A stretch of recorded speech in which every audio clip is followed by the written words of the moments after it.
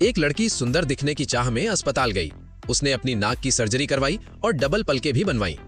उस दिन वो मेट्रो में बैठी अपनी नई नाक को हल्के से छूते हुए डिब्बे में लगे मॉडल के विज्ञापन को निहार रही थी। अचानक मेट्रो जोर से हिली और सुरंग के बीचों बीच रुक गई।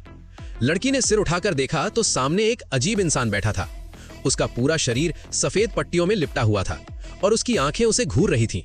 वो नजर इतनी ठंडी थी कि लड़की के रोंगटे खड़े हो गए।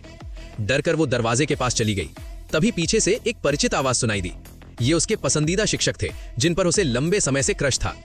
शिक्षक ने उसकी तारीफ करते हुए कहा कि वो पहले से कहीं ज्यादा सुंदर लग रही है। दोनों बातें करने लगे और बातचीत में इतने खो गए कि लड़की अपना स्टेशन उतरना ही भूल गई।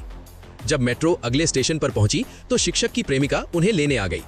तभी उनकी बातचीत रुकी और लड़की को एहसास हुआ कि वो अपना स्टेशन बहुत पीछे छोड़ चुकी है। वो बेबस होकर स्टेशन को दूर जाते देखती रह गई।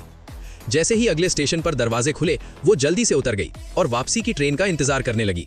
तभी उसके कानों में एक अजीब आवाज गूंजी।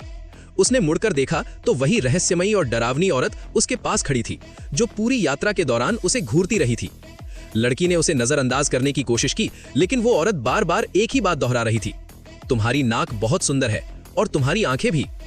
उसकी मुस्कान इतनी भयावह थी कि लड़की का खून जम गया।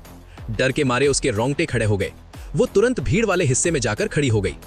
हिम्मत जुटाकर उसने उस दिशा में फिर से देखा जहां से वो औरत आ रही थी, लेकिन इस बार जो हुआ वो और भी डरावना था। लड़की ने देखा कि जैसे ही वो अपनी नजर उस औरत से हटाती, वो औरत कुछ कदम तेजी से उसकी ओर बढ़ जाती। अब लड़की का पूरा शरीर कांपने लगा।